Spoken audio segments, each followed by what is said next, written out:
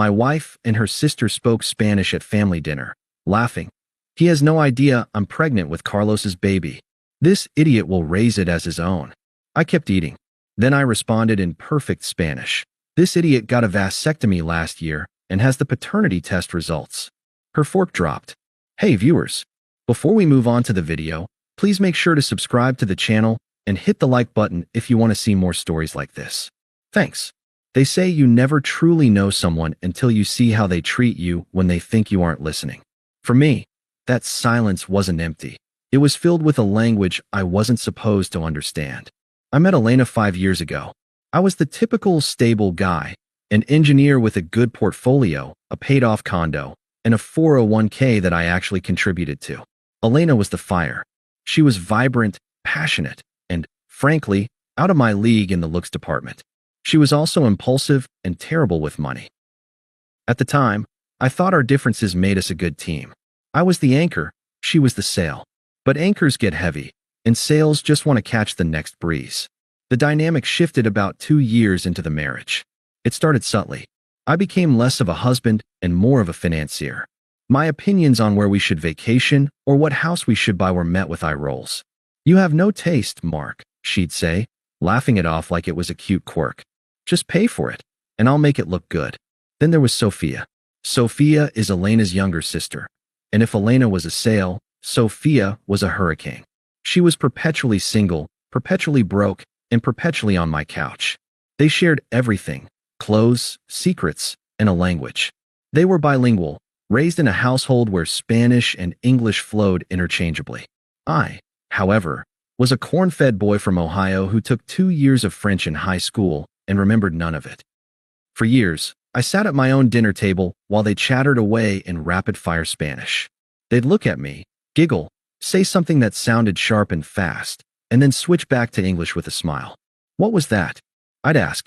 "Oh, nothing, sweetie," Elena would say, patting my hand condescendingly. Sophia was just telling me about a friend from back home. It's hard to translate. I trusted her.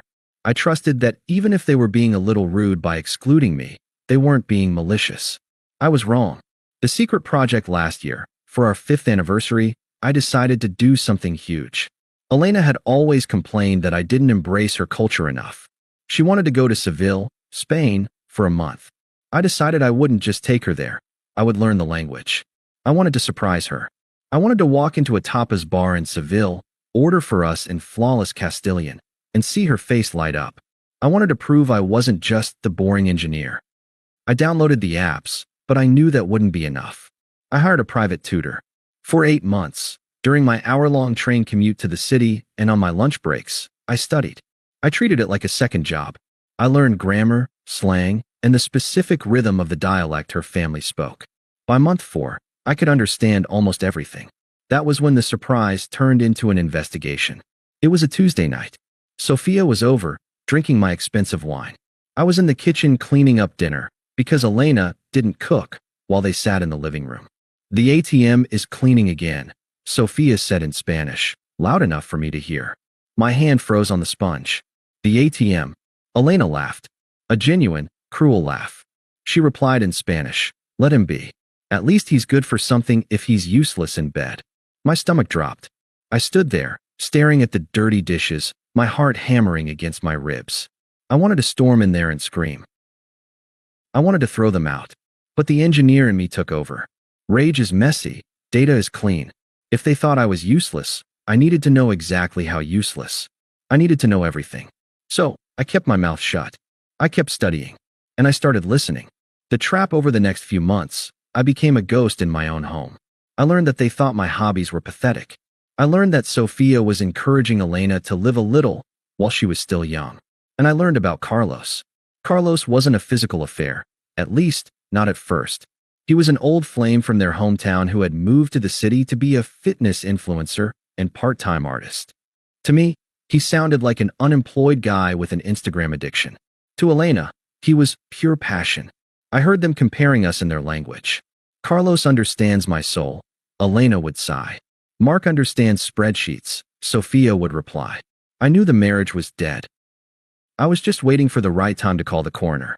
But then, I noticed something terrifying. Elena started talking about babies. We should start a family, Mark, she told me one night in English, giving me a look of calculated sweetness I hadn't seen in years. I think it would bring us closer. I knew what this was. I was the safety net. She wanted to lock me down for 18 years of child support before she inevitably got bored. Or worse, she wanted a baby to distract herself from her miserable conscience. I didn't argue. I didn't fight. I simply told her I had to go to a specialized engineering conference in Chicago for 3 days. I didn't go to a conference. I went to a urologist. I paid out of pocket for a vasectomy. I signed the papers, took the Valium, and got the snip. I spent the weekend in a hotel with a bag of frozen peas, recovering. When I came home, I told her the conference was exhausting. I waited for the post-op analysis. 6 weeks later, I got the email. Azoospermia confirmed. Sperm count, 0. I was shooting blanks. I saved the PDF to my phone, password protected it, and backed it up to the cloud. I never told her. Why would I? We were trying, right? Every month she got her period, she'd act disappointed, and I'd play the supportive husband. Maybe next month, honey. The announcement fast forward to 3 days ago.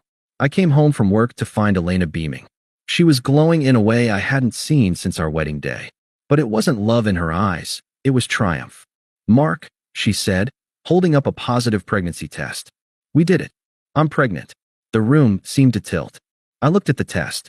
2 pink lines. Mathematically, it was impossible. Biologically, it was impossible. Unless I was the victim of a medical miracle, that baby wasn't mine. My mind raced back to the girls' weekends she'd been taking with Sophia recently. The late nights she claimed were networking events. Carlos. I looked at her face, so full of deceit, so confident in her trap. She really thought she had me. She thought I was the dumb, boring wallet who would pay for another man's DNA to inherit my estate. Oh my God, I said, forcing a smile that felt like it was cracking my face. I pulled her into a hug so she wouldn't see my eyes. This is incredible. I invited my parents and Sophia over for Sunday dinner. She whispered into my shoulder. I want to announce it to the whole family together. Perfect, I said. And I meant it. That is absolutely perfect. Sunday arrived with a gray, overcast sky. The atmosphere in the house was electric. Elena spent the morning fussing over her appearance, while Sophia arrived early to help set the mood, which mostly involved drinking mimosas and criticizing the way I folded the napkins. Her parents, Roberto and Maria, arrived at 5 p.m. They are decent people, old school and hardworking. They always treated me with respect, which made what I was about to do feel slightly heavy. But they had raised these daughters. They had created the monsters who were currently clinking glasses in my kitchen. We sat down to eat. I had ordered catering from a high-end Italian place, Elena's favorite. I poured the wine, sparkling cider for Elena, obviously. The announcement happened during the appetizers. Elena stood up, tears in her eyes, and dropped the news. Mom, Dad, Mark and I are expecting. Maria screamed with joy. Roberto shook my hand firmly, looking proud. A father, Mark. Finally. Yes, I said, my voice steady. Finally. We ate. The conversation flowed. The wine flowed. And as they always did when they got comfortable, Elena and Sophia began to drift. The English sentences became shorter. The Spanish sentences became longer. They forgot I was there.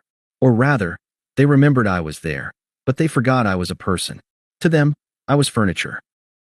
Elena took a bite of her lasagna and leaned toward Sophia. She lowered her voice, switching to that rapid, confident Spanish I had spent 8 months mastering. Look at him, Elena said in Spanish, gesturing slightly with her fork toward me. He's beaming. He's so pathetic. I didn't react. I cut my chicken. Does he suspect anything? Sophia asked in Spanish, taking a sip of wine. About the timing? Please, Elena scoffed in her native tongue. He's an idiot. He thinks he's a stud because we finally succeeded. He has no idea I'm pregnant with Carlos's baby. My heart hammered, but my hand was steady. I took a bite of food. Sophia giggled, a nasty, sharp sound. What are you going to do about Carlos? Nothing, Elena said, wiping her mouth. Carlos is fun, but he's broke. He can't buy me a house like this. Mark will raise it. He'll pay for private school, he'll change the diapers, and he'll never know. This idiot will raise it as his own, and I'll still see Carlos on Tuesdays. They both laughed. It was a conspiratorial, smug sound. The sound of two people who thought they had committed the perfect crime. I finished chewing. I swallowed. I placed my knife and fork down on the plate with a deliberate clink. I picked up my napkin and dabbed the corners of my mouth. Then, I looked directly at Elena. I didn't look angry. I didn't look sad. I looked at her the way a scientist looks at a specimen in a jar. I opened my mouth, and for the first time in our marriage, I spoke her language. Actually, Elena, I said in flawless, unaccented Spanish, my voice cutting through the room like a razor blade. This idiot got a vasectomy last year, and I have the paternity test results right here. The silence that followed was louder than a gunshot. Her fork dropped from her hand and hit the plate. Clatter. It was time to burn it all down. For 3 seconds, the only sound in the room was the hum of the refrigerator and the ticking of the clock on the wall. Elena was frozen, her mouth slightly open, looking like a deer staring down the headlights of a semi-truck. Sophia looked like she had swallowed a lemon whole. It was Roberto, my father-in-law, who broke the silence. He looked confused, his gaze darting between his daughter and me. He asked in Spanish, "Mark, what did you say?" I didn't look at him. I kept my eyes locked on Elena. Her face had drained of all color, the rouge on her cheeks now standing out like clown makeup. I said, I continued in English, keeping my voice terrifyingly calm, that your daughter is right. I would be an idiot to raise another man's child. But thankfully, I took precautions. "Mark, stop," Elena whispered. Her voice was trembling. "You're drunk. You don't know what you're saying." "Am I?" I reached into the inside pocket of my blazer. I pulled out my phone. "I didn't go to a conference in Chicago last year, Elena. I went to a clinic. I had a vasectomy." I tapped the screen, opened the file I had saved for this exact moment, and slid the phone across the granite countertop toward Roberto. "That is a post-vasectomy semen analysis report from 6 months ago," I said, pointing at the bold text on the screen. "Diagnosis, azoospermia. Sperm count, 0. Motility, 0. It is medically impossible for me to be the father of that baby." Roberto picked up the phone. He adjusted his glasses. Maria, my mother-in-law, leaned in over his shoulder. I saw the moment the realization hit them. Roberto's face turned a shade of purple I had never seen before. "No," Elena shrieked, suddenly finding her voice. She stood up so fast her chair tipped over backward with a crash. "It failed. Vasectomies fail. It happens all the time. You're trying to frame me." She looked at her parents, desperate. "Mama, he's lying. He's crazy. He's been spying on me." "Spying?" I stood up slowly. "Is it spying to learn the language of my wife's family? I wanted to surprise you, Elena. I spent 8 months learning Spanish so I could talk to your grandmother. Instead, I learned that you think I'm a pathetic wallet and an idiot."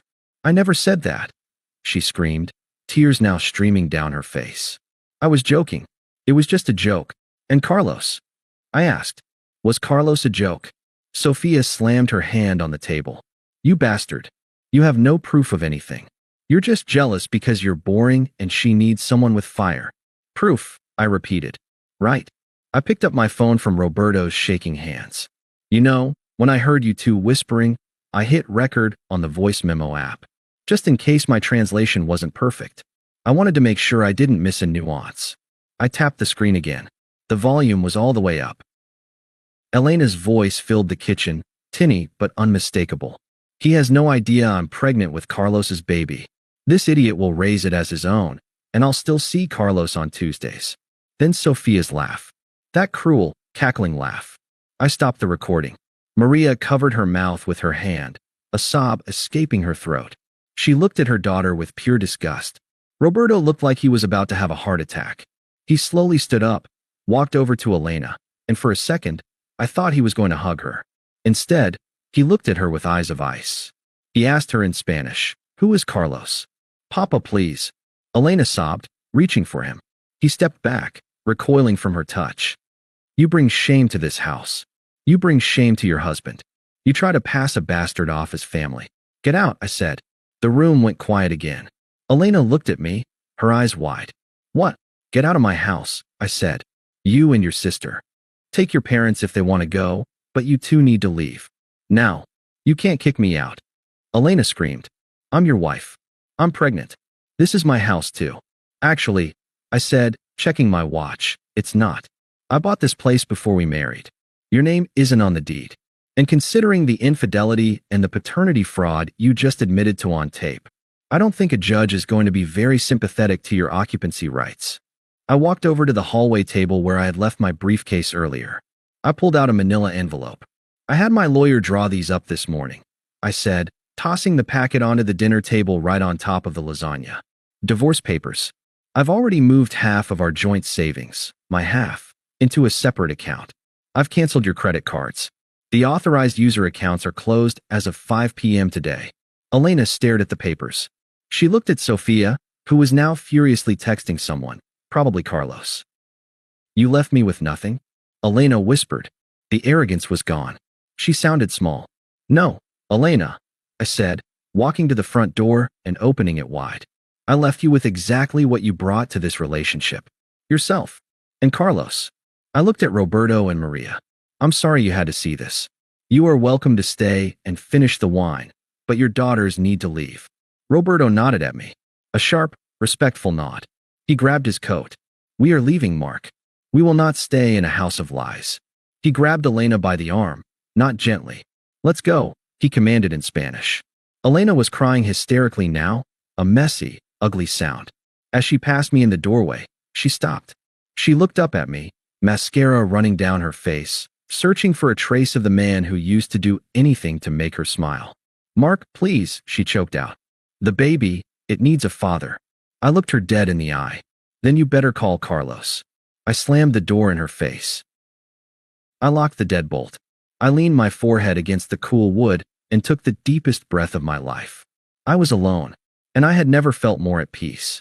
The next 3 months were a masterclass in watching a train wreck in slow motion. I didn't stay in the house. I stayed at a hotel for a week just to avoid the possibility of her showing up and banging on the door. I had cameras installed at the front gate, and sure enough, the footage showed her car pulling up twice. She sat there for an hour each time, crying, before driving away. The silence I imposed on her was absolute. I blocked her number, her email, and her social media. All communication went through my lawyer, a shark of a woman named Joyce who seemed to take personal offense to Elena's existence. But in a small town, or a connected social circle, you hear things. I heard about the Carlos situation from a mutual friend who was all too eager to spill the tea. Apparently, when Elena showed up at Carlos's studio apartment with suitcases and a positive pregnancy test, the passion evaporated instantly.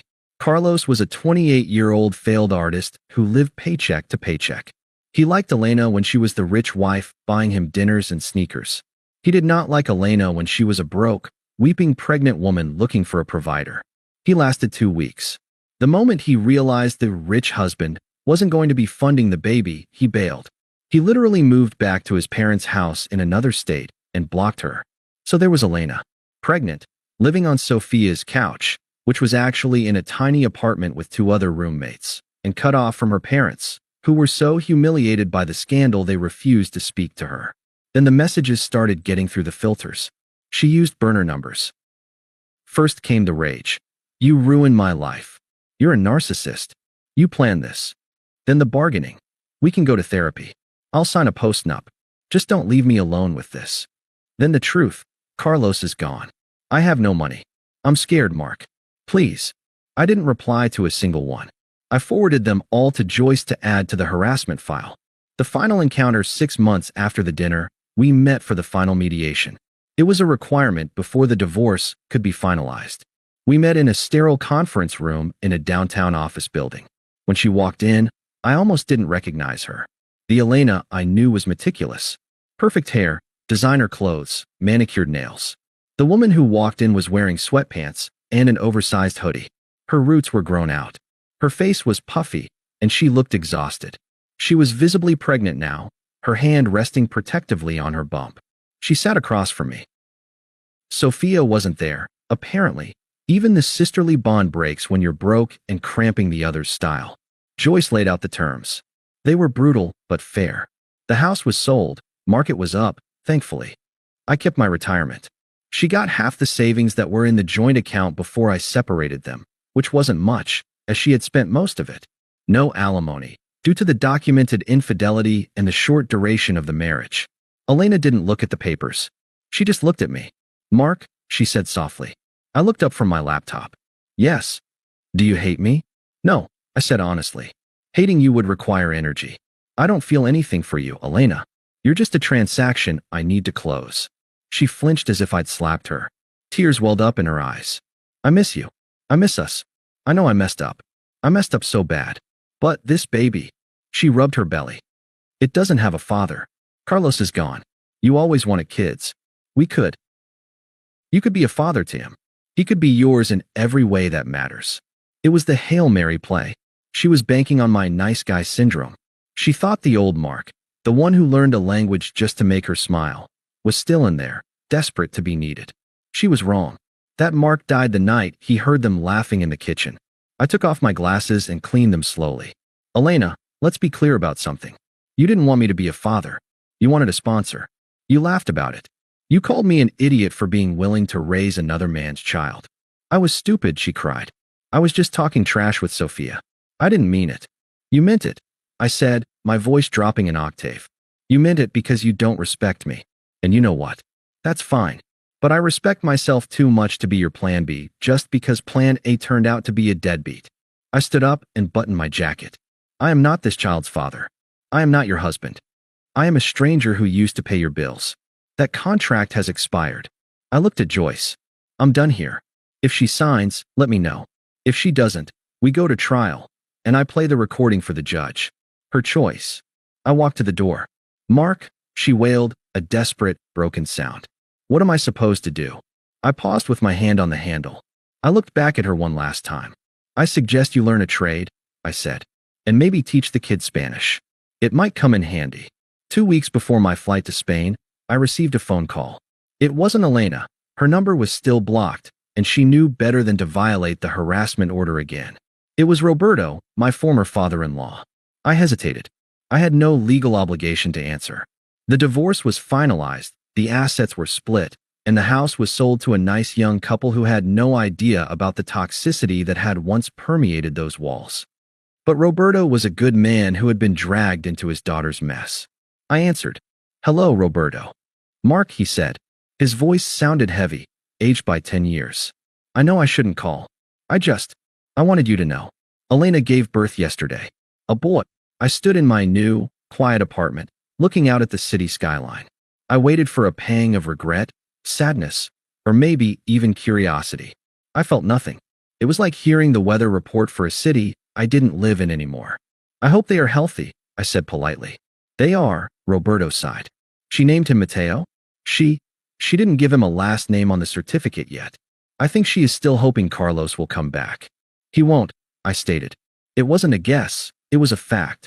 Men like Carlos don't raise other men's children, and they certainly don't raise their own if it interferes with their aesthetic.